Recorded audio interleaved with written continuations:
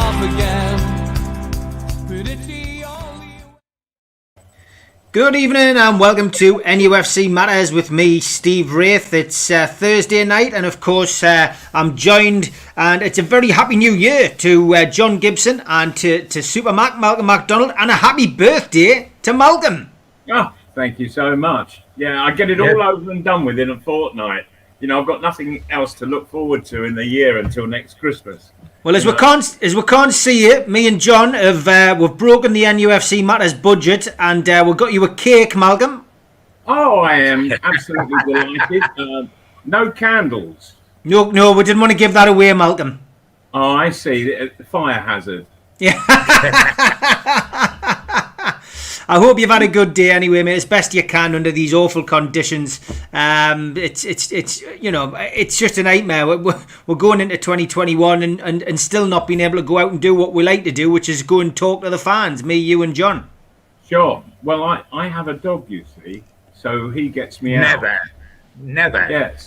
So I get down to the beach and meet up with all sorts of people, and but of course we observe the 2-yard space between us, but while the dogs are all sniffing each other, we can have a chat, so it's all very nice. Well, thanks to our friends at qtechshop.co.uk who've been with us from the start. Of course, you know, Malcolm, they make the t-shirts, they make your Supermac t-shirts and your mugs, which people can buy at newcastlelegends.com. They have donated a special t-shirt to us to auction off, as we do each week, for the food bank. And it is on my Twitter. It's pinned at the top of my Twitter, at Steve Wraith. And it's an NUFC Matters one-off t-shirt. And you can just see you there, Malcolm, on the one side, and the dog leaping from the front door on the other. And underneath it's got, who let the dogs out? 642, 646 or 648. And on the back it's got internet problems. So a big thanks to John for that. We hope that's going to raise a little bit of money for the food bank. But it's just good that your internet problems have caused something as queer. And you share your birthday with another former Newcastle player, Wayne Routledge, who he was okay. He did all right. He got us a promotion, and that's the only other person we could find who you share your birthday with, Mal. Right. Oh well. I'm not so lonely then. You're not, mate. You're not. As always, we're here to talk about Newcastle United. Plenty to talk about. I do want to start tonight with some rather sad news that came through about a good friend of both of yours and somebody who I've got to know over the years as well, Tommy Cassidy, Malcolm. Yeah, Cass, bless him. He's made it public that he's got Alzheimer's, and I've seen Tommy a couple of times in the past year, and you can sense that his memory is not quite what it was. But he and Marjorie, his wife, I think they're doing pretty good. She's ever so good with him, and helps him a great deal. But certainly wish him well. I really do. He's not only was he a fabulous footballer, but he was a really funny lad as well.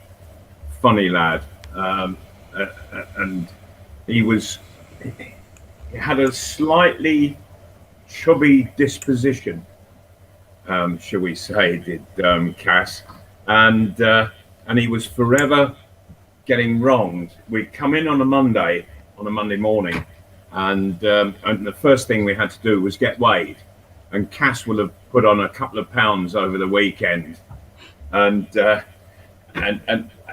Keith Birkinshaw would give him a right old going over, and then he would say, what have you been up to this week? And Cass, he'd come out with a line something like, well, I'm sorry about this, Berkey, but I had to walk past the Chinese takeaway on Saturday night and I breathed too heavily. He was brilliant. It had a wonderful sense of humour, Cass, and still has. And of course, John, he managed for you at Gateshead, didn't he? Yeah, he did. A wonderful, wonderful guy. There he is when we did the books together, the GIBBO's files. That's right. Tommy. I've known about this dementia for about over 2 years, but it was very personalised, and it was Tommy that phoned me and told me about it initially. But it was very personalised, and I had no intention of ever using it in a newspaper. But now that his wife's come out and give an interview in Belfast where he is a superstar, having been with Northern Ireland, of course, it's safe enough to talk about it. But I used to have a lot of lovely, lovely nights with Tommy in the Blakelow Social Club and his brothers, who I still see from time to time. Glorious time. I remember his elder brother, John. Yeah, he's got 2 or 3, but absolutely, yes. Yeah, they were regulars, weren't they? Totally. I mean, the wonderful thing about Newcastle United, when Tommy signed for Newcastle United, it was at the height of the problems over in Belfast. And Joe spoke to him one day and said, "Hey, how you doing, son?" Because he looked a bit worried, and checked with him, and he said, "Look, the family's over there, and it's tough going because of the troubles and what's going to happen and the bombings." And Newcastle, bless them, and all credit to them for that, brought the whole family over to Newcastle. And so his brothers came over and lived in Newcastle, so that Tommy felt that much more free and without the worry of those horrific times back at home. And his brothers have stayed in Newcastle since, and are still here. And I used to see them, a lot of them, and with David Craig as well, who was a Northern Ireland boy and a very good friend of Cass. But yes, as Malcolm said, when I took over owning Gateshead, I employed Tommy as my manager at Gateshead. He had managed very well in Cyprus with a club over there that made European football, and he'd taken George Best out to play for his club over there, and he took Terry McDermott to play for his club, and I got him to manage my side of Gateshead. The difficulty, as Malcolm would appreciate, with any situation when you employ a friend, is that football being football, inevitably the day is going to come where you can't employ your friend anymore, because it's best for both of you to have a partner of the ways. And the one thing I've always been relieved about and prided myself on is that I managed to say to Tommy, when the moment comes, it's best that we go our separate ways, and still stayed such a close friend of Tommy's ever since. It didn't change anything, because everything was done in the right way. And I've got so much time for Tommy. Wonderful raconteur, as Malcolm was saying. And I mean, he got a feast full of stories, because he roomed for Northern Ireland with George Best. Can you imagine that? Can you imagine rooming with George Best? That ages you by about 10 years and about 10 minutes. But he would have learned about the facts of life very quickly, wouldn't he? I think you're a voyeur when you room with George Best, But happy days, and I wish Tommy and his family, his good lady, and obviously his kids, and of course his brothers, the whole family, great friends of mine. It's been a privilege for me to be their friend, and I wish them all the best. It's a shame when we see this happen in football. And of course, we've got an ongoing thing as well, Malcolm, as you know only too well, with John Tudor. And it's a tough old time when we see dear friends suffer like that. Yes, it is. Yeah, it's so difficult. And they seem quite normal, but then you'll find that they'll start to repeat themselves, or can't remember one of those things that should be there, clear in the memory. And absolutely. But I certainly wished Tommy well. Absolute great fella. John Tudor as well. Lots of birthday wishes coming in from the supporters. This one did grab me attention. Paul Oxley, who met you at an event once, he says, Malcolm, Joe Linton sent you a birthday card, but he missed the post box. Some things never change. Very good, Paul. Very good. The transfer window is open.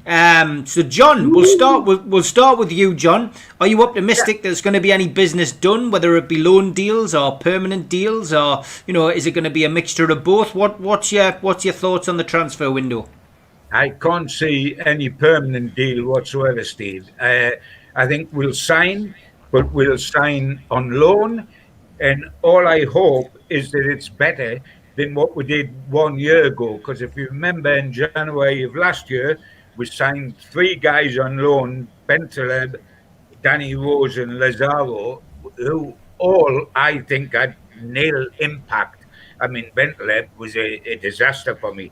Lazaro was signed and hardly played. And while Danny Rose played all the while, for me watching him, it was frightening how far back he'd gone from the guy that was playing for England. He got caught out of position very easily, give away free kicks. He was cute at trying to cover that, but he didn't really manage to do so. And we've got to hope that the loans we get turn out to be better than those 3 loans. So I don't think improve the team one iota. But I'm afraid that all we will get is loan signings. We've got plenty of positions in my eyes that could be strengthened. And they all won't be in January. We'll have to wait till the summer for some. But I would like, at some stage, a centre forward who actually attempts to score goals as a partner for Wilson or a backup to Wilson. We need a centre midfield player who's a dynamo, who can get up and down and has vision to play people in and make things happen. We haven't got a lot of vision. We've got plenty of midfield players, centre midfield players, but none with proper vision of people Malcolm knew, like Terry Hibbett and like Tommy Craig and like Tommy Cass that we've mentioned, and people of that nature. We could do with a winger to cross the ball for Wilson, and a left back and right back wouldn't go miss. But we're not going to get all them this coming. John, but we have somebody who, from the left, could get a great ball in for Wilson. But Steve Bruce, in his wisdom, has got him stuck at left back. Yeah, and he's not getting forward into the position to knock the ball in. And I'm talking of Matt Ritchie, of course. Yeah, of course. Where would you like to strengthen, Malcolm? I mean, look, there's been plenty of players linked. There always is. We've had everybody from Messi and Ronaldo to Brandon Williams. Josh King at Bournemouth has been linked. There's plenty names getting bandied around. There's been talk of Bentaleb coming back, which everyone's groaning at, of course. Jethro Willems is recovered from injury. He's potentially, a signing which they might look. Paul Oxley's asking on the chat, would you get rid of Gale? Gale seems to have an issue about, playing at the moment. He's either not getting selected or he's telling Bruce that he doesn't want to play. There's a rabbit off there somewhere. And of course, we've had the mysterious ASM case hanging over the Christmas period. He has now just set foot back in the UK. He's just returned today. Word has it that Lascelles and ASM will be, getting towards the fitness levels that they're required to make a return. So, is the squad good enough? Do we need to bring players in, Malcolm? What do you think? Well, before you judge the squad, how are the team doing at the moment? And I think that they are looking so disorganised at times that it doesn't matter who you bring in. If you haven't got things pretty well organised on the field, it doesn't matter who comes in. They're just going to be as disorganised as what's happening on the field. I know we're going to come on to the last game a little later in what we're doing here. But in watching Newcastle against Leicester, for me, Leicester, who didn't play well on the day, they looked a division or 2 divisions above Newcastle, and and and there were so many players in the Newcastle side who just weren't doing it. Newcastle to me looked so much slower. They looked disorganised. When I was watching Leicester pass the ball, and it was almost as if they could just look at the ball and go ping or ping, and they knew that teammates would be in those certain positions. They didn't have to look to make sure there was somebody there. Newcastle, before they passed, they have to get up, have a look around. Oh, there's somebody over there. I'll pass to him. You know, that they were having to search for teammates. Leicester just knew where they were. They were that well organised, and until things get a lot more organised on the field, there's no use bringing players in. And I'm not so sure that any player who could really do well for Newcastle would be prepared to come. Simply because of what they would have been seeing, because all the games are being televised now. So exactly how Newcastle are playing is seen by all of the players who are available. And if I were one of those, I would be saying, no, I don't fancy going there. My word. You know, it's a footballer's graveyard at the moment. And I find that really sad. Talk about those games. I mean, obviously the Leicester game, I agree. I mean, I thought Newcastle probably could have nicked something out of it. I think the difference was the midfield.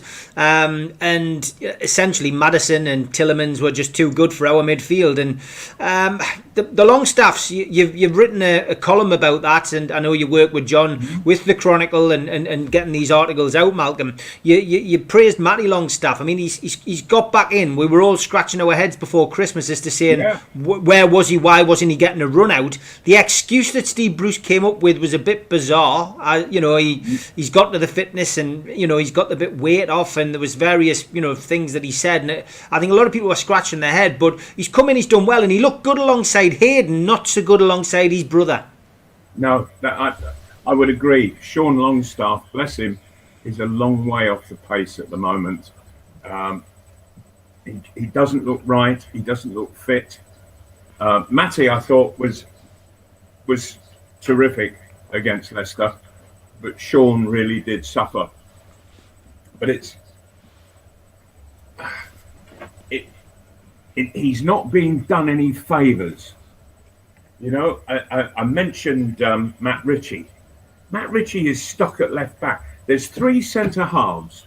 If you're going to play five at the back, you push the full backs forward. And so they almost become midfielders. Newcastle aren't doing that. They're not playing in that fashion. And so if the two fullbacks are sitting back, why have you got an additional centre half? You don't need it. Leicester, they really play one up front. So what are we doing with five at the back? And I just find the whole thing so negative, and it's almost as if it's safety first because I don't know what else to do. That's the impression I'm getting. And so just fill it with numbers. And of course, what's happening is that it means that we're light in midfield and we're even lighter up front. And midfield players can't get forward enough because they're having to drop too deep to get in contact.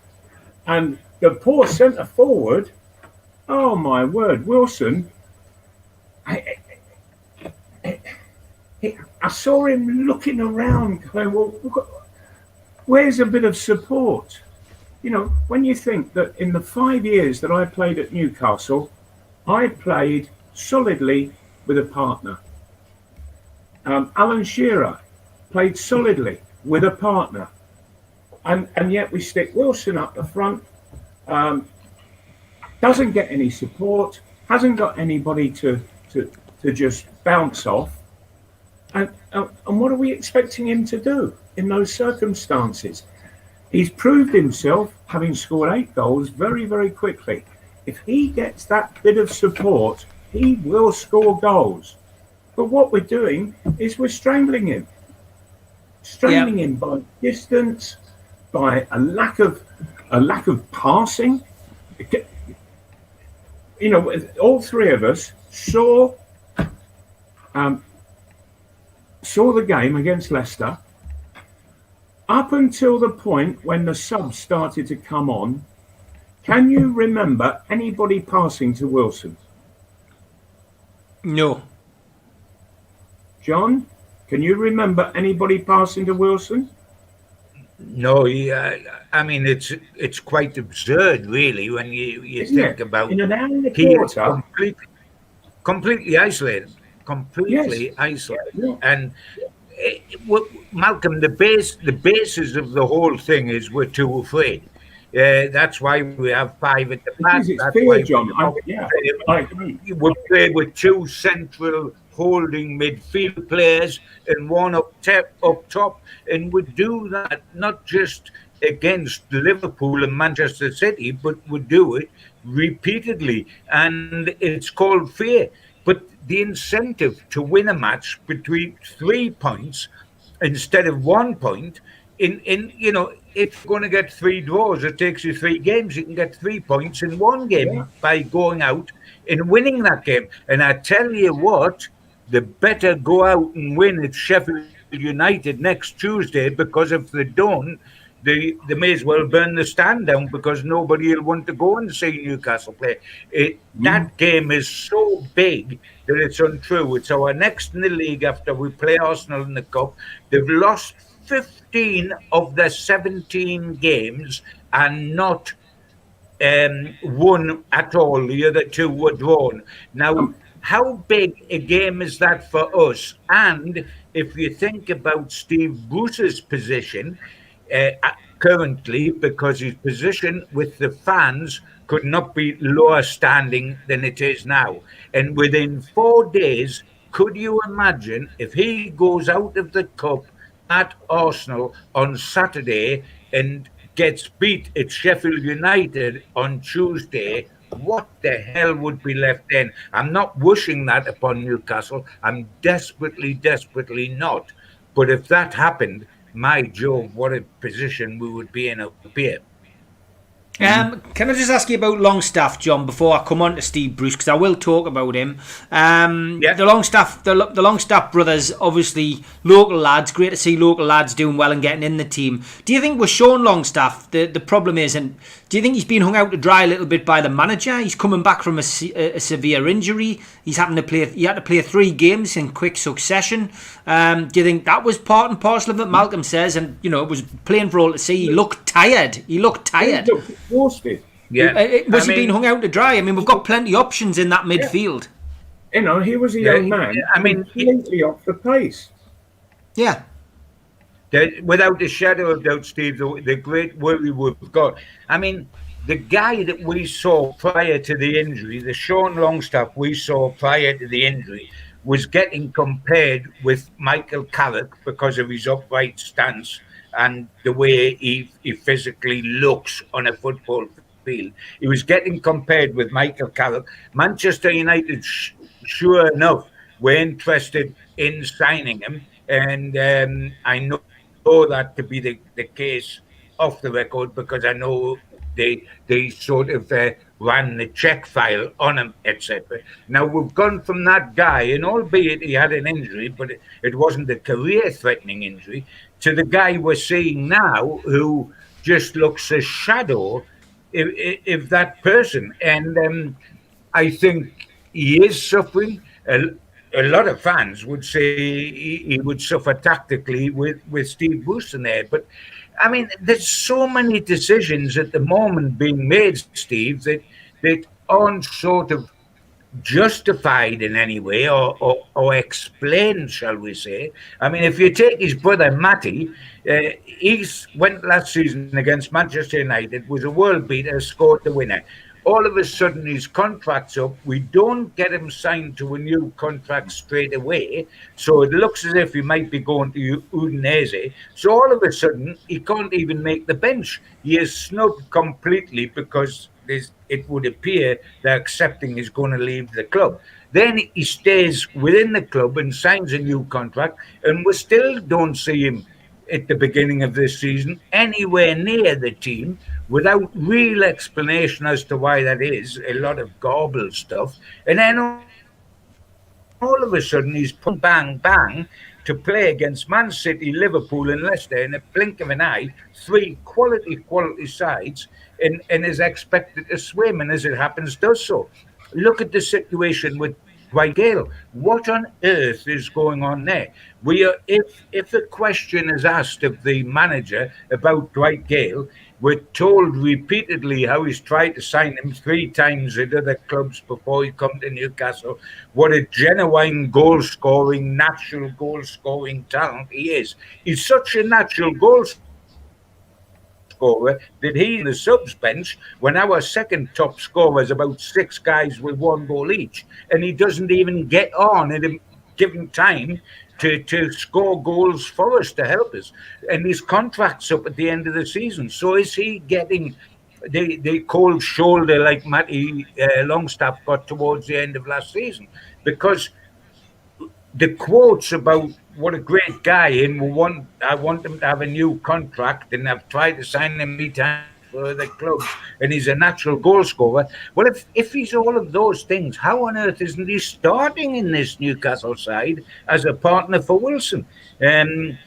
What is said and what happens is just 2 different things completely, and has been for that position with Yedlin, who they're trying to get rid of, and then all of a sudden he's our regular right back now.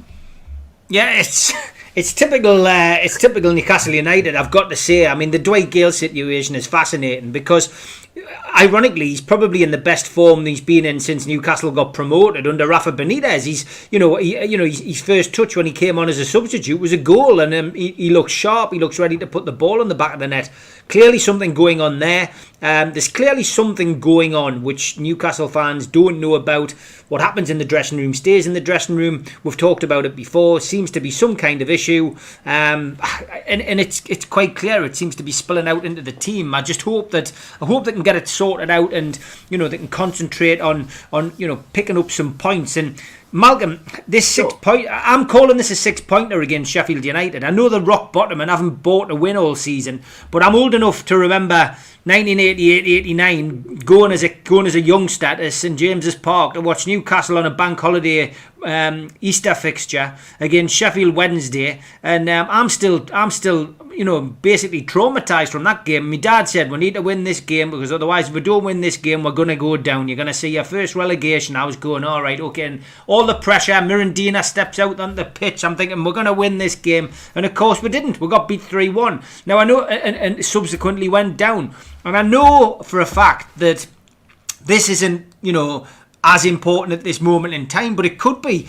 This could be the game that ignites Sheffield United's season. They need to buy a win from somewhere. They beat Newcastle United on Tuesday. They could start a little run. They could get out of it. Newcastle on current form could get dragged right into it, and we've seen it happen before. There's always one team that drops like a proverbial stone. There is, yeah. But remember back to last season. And I remember Newcastle going down to Yorkshire to play Sheffield United, Bramall Lane, isn't it? Of course, where they play, and they absolutely tanked Sheffield United 3-0, much against I think the way everybody was thinking, because Newcastle were in a bit of a bad run of form at the time.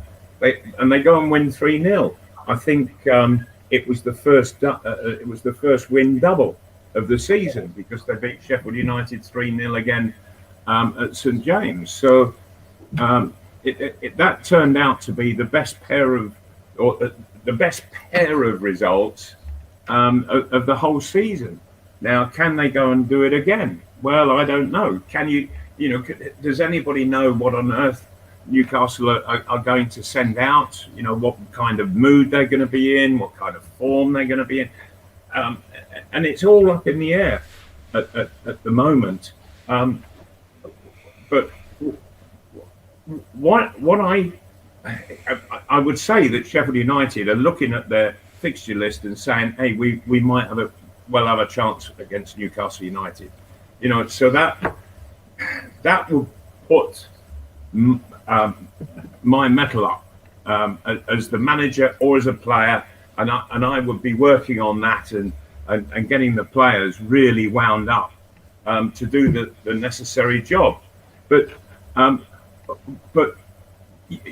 you're always going to be struggling to get a result of any kind if you're just playing one up front at home. And I know Sheffield United is away, but you play one up front at home, wait until you're 2-0 down, and then you stick another forward on. That's madness. Why wait until you're 2-0 down? Why not start it off and look to get 2-0 up? And that I don't think is actually entering Steve Bruce's thinking at all. John, when was the last time Newcastle were 2-0 up? I mean, we don't have that sort of mentality, Malcolm. We haven't got a 2-0 mentality. Precisely. And that's what frightens me, because, it's just very, very worrying. Yes, we have this big cushion at the moment, but what worries me, Steve, is not just we need the 3 points against Sheffield United, or that we could get beat by Sheffield United and still stay up. What I'm concerned about is the quality of performances and the morale that's going to be in the team, and even more so in supporters for the rest of the season. Because if we get beat at Arsenal on Saturday, and I think a lot of people could see that happening, regardless of what team we'll put out, and we know it'll be a changed team. But if we lose at Arsenal to sort of still be in, we currently haven't won in 6 games, and we haven't won in 7, and we go to Sheffield United, they've got nothing to lose, because for me, regardless of what happens with Newcastle, they're down. I think they're down. They're not going to come back from 2 points from the first 17 Premier League games and stay up. They're down. But that doesn't mean they won't beat us. That doesn't mean we won't lose. But I think they're down. So what sort of morale are we going to be in if we are knocked out of the cup and we've lost to Sheffield United? And oh dear, we look up, look at their horizon, and what's next? Oh, we're back at Arsenal on Monday, away in the league.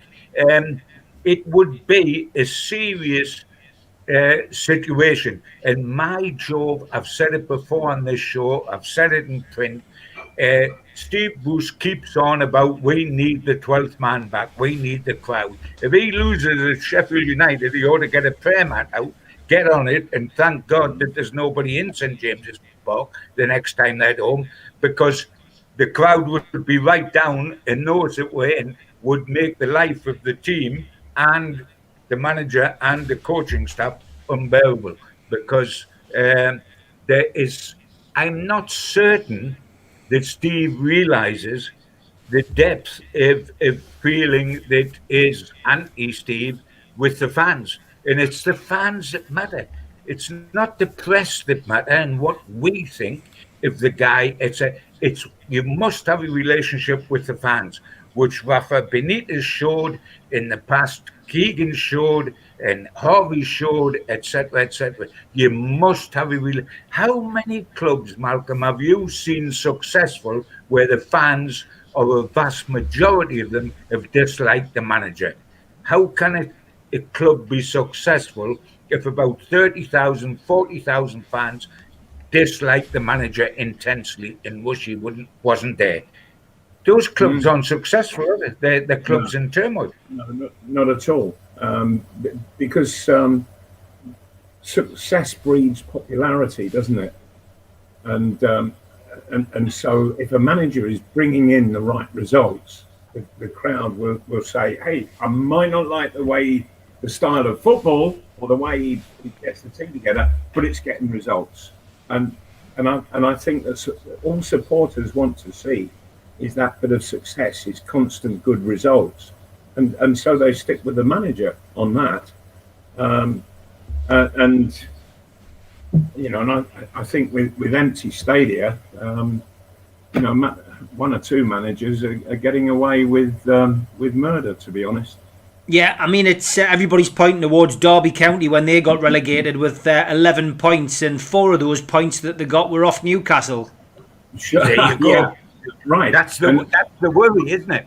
That's and I did see. Sorry, John, to interrupt, but I did see that Sheffield United's record so far at this stage of the season is the worst since 1902. Wow. Yeah. I wouldn't care. They're not playing that badly. They're not actually playing that badly. They're losing. They've got into that losing streak and they can't get out of it. They're losing 1-0. They're losing by the odd goal, or they're losing 1-0 in the last 10 minutes. It's hard. It's hard because I actually quite like him. He's a really good. He's an affable kind of manager, and he did well last year, and he coped well with the praise. He didn't get too big-headed. He kept his feet on the ground. There's other managers you'd love to see get relegated. Big Sam with West Brom. I'd love to see them go down with him in charge. But yeah, it's. By the way, I think he'll get your wish there with Big Sam. I think West Brom will go down. I think Sheffield United will go down. The interesting thing, guys, that I feel with Newcastle United, and what irritates me, is that you'll get people within the club, be it players or management or whatever, saying, oh dearie me, you've got to remember when you get critical about Newcastle United, that in the last 3 games we've played Manchester City, Liverpool and Leicester. Now, that is true. Now, what happened there? We go on drawn 2 defeats. What is conveniently forgotten is that in the previous 3 games, before those, Newcastle played Leeds, Fulham and Brentford. What did they get? Exactly the same, 1 draw and 2 defeats. This time, they were playing Leeds, who were newly promoted side with a very bad defensive record. They were playing Fulham, who were in the bottom 3 and had 10 men, and they were playing Brentford from the Championship, who rested 6 players while we fielded the strongest side we could, and we lost. So it's when you've lost, when you've had a bad run against Leeds, Fulham and Brentford, you really feel the pain, Malcolm, don't you? Yeah. When the next 3 are big clubs like Man City, Liverpool and Leicester, and those results go tits up.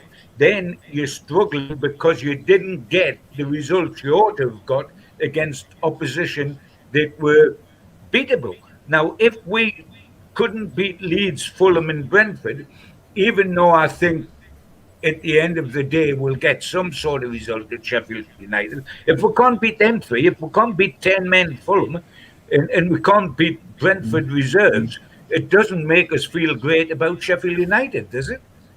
No, that's right. And Sheffield United in the dressing room, they will be saying, look, this side, and they'll be making all the points, John, that you've just made. And so Sheffield United will be concentrating on the Newcastle game in their bid just to turn their season round and start picking up points. Yeah, big shout out to our sponsors for this month. One which you might enjoy, John, actually. The Old Coach House Distillery.co.uk. If you're doing a dry January, it's the world's first alcohol-free distillery. Visit their website, enter the code OCHD to claim your introductory 10% discount and get the most out of your mindful dry January. And there's a gin on there, John. I've noticed that. I don't know if I should be elated and get myself down there or destroyed that it's a gin with the gin taken out of it, presumably. All the pleasure of the gin with no hangover. Yeah, well, that's actually amazingly, considering my lifestyle, I don't get hangovers. It's quite incredible. I think the whole body's used to it so much that hangovers is never a thing that bothers me.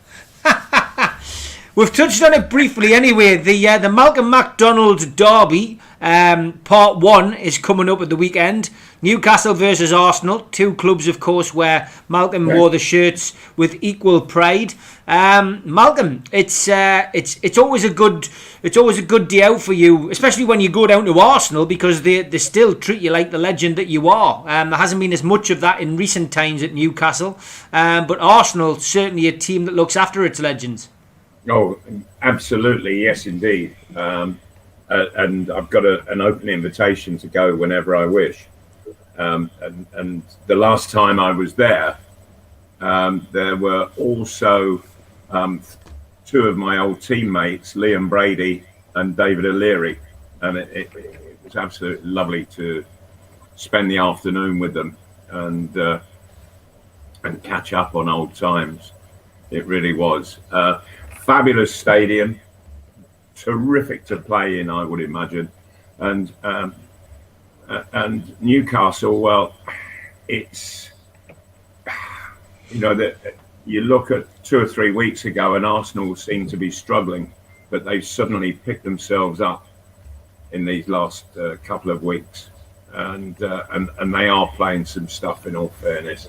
And the trouble is, that they can just suddenly conjure a goal out the blue, and that's what Newcastle are constantly being caught by. Is Bruce going to be too bothered about the FA Cup, Malcolm? I would doubt it very much at the moment. I don't think he's bothered about anything. Good heavens above, if he was quite happy to accept what we saw against Brentford, and the exit that Newcastle made from there, then he'll be happy with anything. If we get beat off Arsenal, Malcolm, and we get beat off Sheffield United, is that the end for Steve Bruce? No, because I think with there's no real stinging criticism within the stadium because of lockdown, and I think that's where it would make a difference. Where within the stadium of St James Park, people really voice their opinions there, then it would people in the director's box would start taking note. But because it's empty grounds at the moment up here in the northeast, I think Steve can get away with it. And to be honest, I've got to say, I listen to the press conferences and the interviews that he does, and he is constantly contradicting himself. Some of the things that he actually says, I think, oh no, what are you talking about? And if he's talking like that publicly to the fans, what's he talking like to the players in the dressing room? If it's as garbled as some of his interviews, no wonder the players are going out on the pitch in a totally disorganised fashion. Yeah, I agree. GIBBO, it's always disappointing because it means, the run is going to go on, a trophyless run. The Brentford game was a great opportunity to at least get to a final. I think, if we were beating Brentford, I think we could have beaten Spurs on the day. And I think we would have been playing Man City at Wembley in a rerun of the 76 Cup final. But we didn't, and we found ourselves again in another season of stagnation, and the FA Cup being looked at as an inconvenience really, and supporters probably also hoping that we do get knocked out of it. A, we can't go to any games anyway, but B, because a cup run would, without any investment in the transfer window, we'll see essentially more chance of injuries, more chance of suspensions, which could affect our Premier League position, and we need to stay in the Premier League. Well, I don't think they need worry about a cup run in the FA Cup, because if you look, it's been said that under Steve Bruce has said himself that Newcastle United have taken the domestic cup competitions seriously, and what he would point to prove that would be 2 quarterfinals last year in the League Cup, last year in the FA Cup, this year in the League Cup. But the whole point is that camouflages the actual reality of this situation. Because when we got to the FA Cup quarter-final last year, the first time we met a Premier League club, we lost, which was Manchester City. In the League Cup last year, the first time we met a Premier League club, we lost the first round when we played Leicester. This season, we've gone out the League Cup without meeting a Premier League club at all in getting to the quarterfinals. And we're meeting a Premier League club on Saturday. So the reality is that we've had some wonderful draws, have we not, in last season's FA Cup and this season's League Cup. The draws have been kind to us. That's why we've hung around. And the first time they haven't been kind to us, we've got tucked up. And may I add that if Newcastle go to Arsenal with the same attitude as they showed at Brentford, they will not only be cuffed, but the fans will go crackers. There's ways of getting beaten, and there's ways of getting beaten. And to play the way we did at Brentford, when we put out our strongest side available against their reserve side, and the attitude of the team that night was shocking, would then surely go back to London on Saturday and show the same attitude. We don't know what team's going to be picked, and no doubt there will be lots of changes. But I think Dubravka will probably be back in goal. Andy Carroll might well start, etc., etc., etc. But we've got to go with the right attitude. We went with the wrong attitude to Brentford. It was almost like if we shimmy through at the end of an hour and a half, we'll have somehow scraped a goal somewhere and we'll be in the semi-finals. The attitude stunk at Brentford, and it's got to be different Saturday. Absolutely, John. I couldn't agree more. You go to Brentford, you're in the quarter-final of the cup competition. The next round is the semi-final. There's every chance that you could go and win a cup. And how many shots did Newcastle have at goal? One. You can't go through football with that kind of attitude and playing in that tactical manner. You've got to go for it, because you're not always going to score when you shoot. If you're going to score, you've got to miss as well. That's just the force of nature. And so you've got to get in a few efforts at goal each game. A few, not one, not two, a few. And it doesn't seem as if the Newcastle side or the Newcastle bench are really thinking, how are we going to win this game? We've got to get forward. We've got to shoot. They don't think like that. They really don't. And all of a sudden, Newcastle, they're 2-0 down against Leicester. Andy Carroll gets sent on. And all of a sudden, things change a bit. Well, why leave it until the 65th or 70th minute to make that kind of a change? Why not do it before the match starts? And say, right, well, come on, instead of waiting until we're 2-0 down to start having a go at their goal, why don't we do it from the word go? And things might change entirely for Newcastle. But I don't see anything on the sidelines that suggests that they're that bothered about actually getting forward, having shots, scoring goals, winning games. I don't get that impression at all. No, what their target is, heaven only knows. It's a dismal state of affairs. I mean, it really is. And I mean, Andy Carroll, that was his first Premier League goal, John, since April 2018. Oh, absolutely. I mean, it was a good finish. Don't get me wrong. Give the lad credit. It was a good Yeah. finish. But if we think that goal is going to change the way Andy Carroll is for the rest of the season, when Joe Linton scored a goal earlier this season, it didn't change Joe Linton's game. Life went on the way it was. And we're in that position where we've got no backup. And of course, both Carroll and Gale are out of contract at the end of the season. What's he going to do with them? What's he going to do with Murphy? What's he going to do with Clark, Fernandez, and Shaw? There's an awful lot of big decisions of people out of contract where things have got to happen. But we've got to have a go up top. And it may well be that Andy Carroll starts at Arsenal because they will probably leave Wilson out as they did in the League Cup until they got to the quarter-final. So if you're going to start with Carroll, start with Gale at his shoulder and have a go at the, we're going to get beat. If we're timid at Arsenal, we're going to get beat. There's no, because it's on. We can't bring them back to St James's Park. We can't play for a draw. We're going to play 90 minutes, extra time, penalties. So unless we have a goal, we're going to get beat.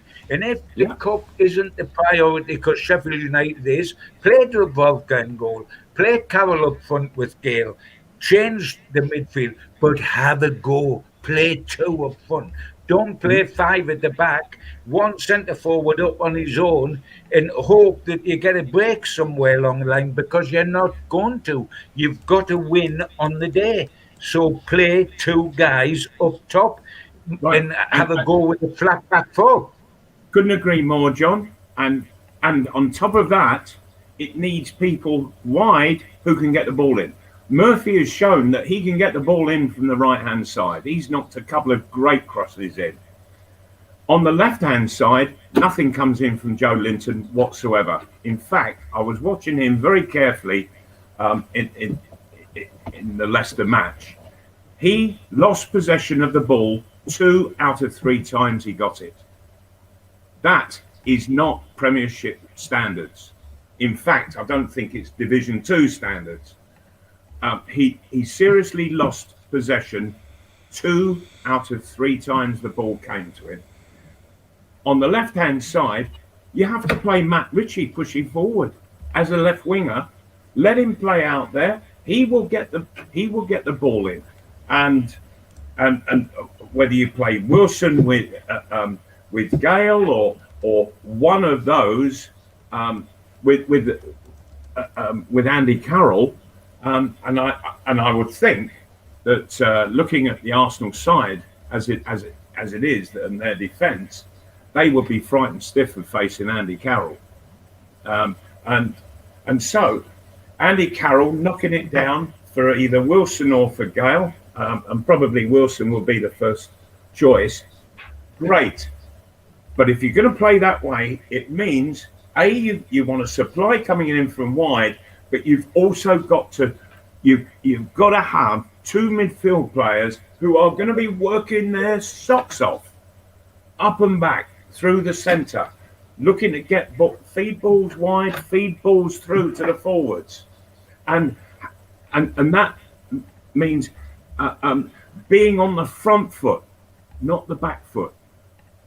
And Newcastle spend their time on the back foot, so it's got to be a whole change of mentality in the way that they go about a game. If Newcastle are going to have any chance against Arsenal, they have to get forward. They can't just hang on, because Arsenal, they will score goals if Newcastle sit back. That's for sure. And if you sit back, like Newcastle have been doing, you can't get forward because you're that far away from where you need to be to attack the opposing goal that you just can't do it. You cannot do it. The forwards without support, the midfield players are just so far from the forward that they can't get there and help, because the back line, A, it's overcrowded, and B, they just drop off. And Steve Bruce was a defender. Why he isn't getting them working,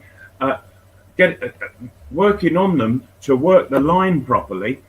You know, it's so simple. You push up and push up, and make it uncomfortable for opposing forwards. You push up as much as you can, as far as you can. When the ball is going to be knocked forward at you, all you do is, as soon as you see the opponent's foot go back to knock it forward, you just drop off 3 or 4 or 5 yards, and then you get a run to go and head it. And Arsenal played that way for decades, and it's almost an unbeatable way of playing. And you can make slight changes on it and all sorts. But it's a question of pushing up to drop off. Newcastle, their first action when the opposition get the ball is drop off. And that just gives them the space. Leicester, dear me, they weren't playing well at all. But Newcastle just gave them so much space, you could almost see Leicester laughing. They had that much space to play in, and they were just knocking it about, moving forward until they got to the penalty area, and then they had to decide what to do. All right, and there were a lot of Newcastle bodies, but it's a defeatist way of playing. And if they want to get knocked out of the cup, play in the same fashion. Yeah, it's a dismal state of affairs, but we should be used to that by now. Give us a quick prediction then for the Arsenal game, Malcolm. I can't see Steve Bruce changing anything whatsoever. I'll take Arsenal to win 2-0. Okay, and what about the Sheffield United game, which of course follows quite quickly on Tuesday? Yeah, that's going to be something quite different. I really would expect Newcastle to go and win that one. So I'll take Newcastle to win that 2-0. Okay, John, same question to you, mate. First of all, the cup game against Arsenal at the weekend. Cup games are always difficult to talk about with Newcastle because we don't know what sort of team they're going to put out. But to be quite frank, I don't think it matters much what sort of team they're going to take out. They're going to put out at Arsenal. I think they will get beat. They will get knocked out. It's just by what score. If they put out an understrength team, they could well get beat 3-0. The important thing after that is how they react at Sheffield United, and that is massive for Newcastle for the rest of the season. Because, as I say, I think Sheffield United are down. It's frightening, really, on what could happen there. I think Newcastle will get something at Sheffield United simply because they are so bad in terms of they're demoralised. I take what you said, Steve. They just lose 1-0 normally. So I could see Newcastle winning 1-0. It would be a 1-1 draw, and I'm going to go for a 1-1 draw in this case, which, quite frankly, I would be massively disappointed with if it turns out to be correct. Just a quick one on Dubravka and Darlow, lads. Darlow's been superb, Malcolm, since he came into the team. Yeah. I don't think anybody could have expected him to play as well as he has done. Dubravka, you would probably expect, would get a run out against Arsenal, but is that goalkeeper shirt Darlow's for the time being, do you think, Malcolm? Has to be. It has to be. When a goalkeeper is playing in the way that Darlow has been playing all this season, you cannot, because you just destroy his confidence, destroy him totally, and he will lose all faith and trust in the people who make that decision to drop him, and you lose a guy who's turned out to be an absolutely terrific goalkeeper, and by him staying in the side, Dubravka will understand.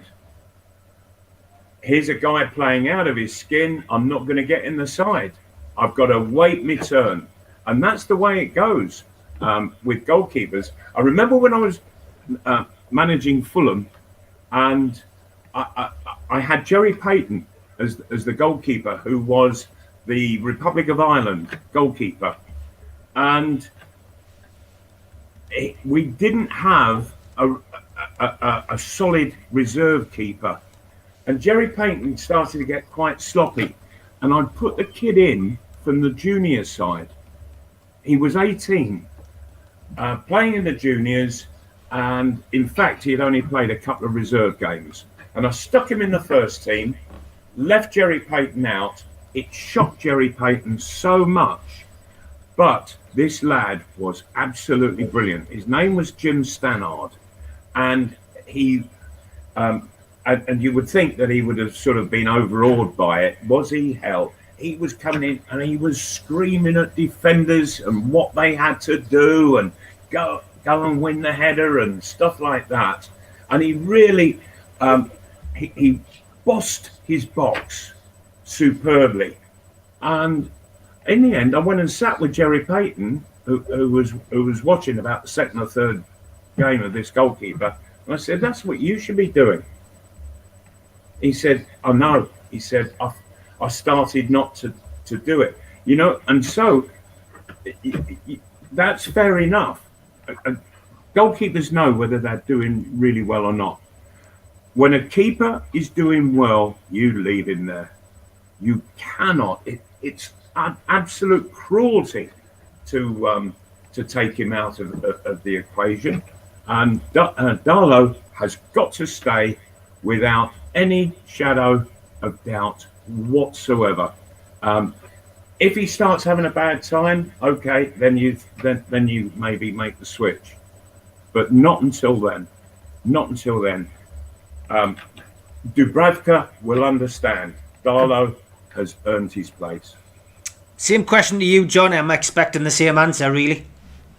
Yeah, to be truthful, yes. I mean, I find the thing wonderfully staggering because I've been a great Dubravka fan. I thought he was player of the year last year. He's been truly magnificent at Newcastle. And when he was injured pre-season, I feared the worst because I hadn't seen a lot of Darlow, seen him in the cup competitions.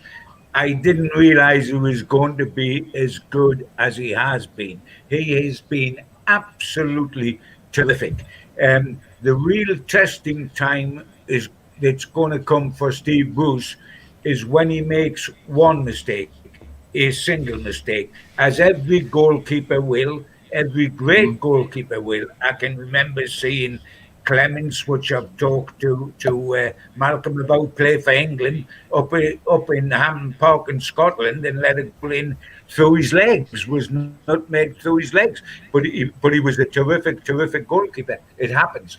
But if you drop Darlow on one mistake, when the moment comes, and he's had a good game otherwise, you destroy him equally. You've got to wait, and his form's got to dip over the full game. Because if he's thinking, the second I make one mistake, I'm out of this team, it is a catastrophe. I think we're very lucky to have two good players in one position because we haven't got many across the whole of the team. Our best three players this season, or at any time, are the two goalkeepers and the centre forward. But I quite agree with Malcolm. Darlow's got to stay in for the moment, and he's going to get plenty of practice anyway. So it'll be interesting. I think Dubravka will play at Arsenal in the cup, but then Darlow will come back in for Sheffield United and for Arsenal in the league. I think maybe the best bet for these two games maybe is played Dubravka and Darlow in goal together. That's it. And the back five and two holding central midfield players, Steve, I would think.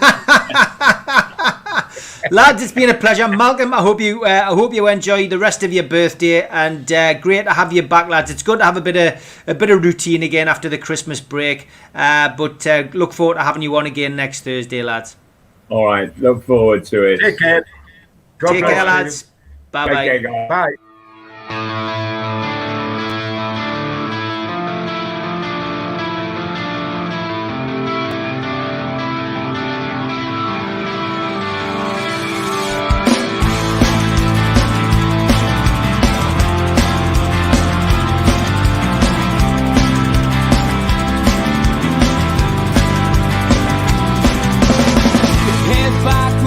critics attack. It feels like I've been talking to myself again.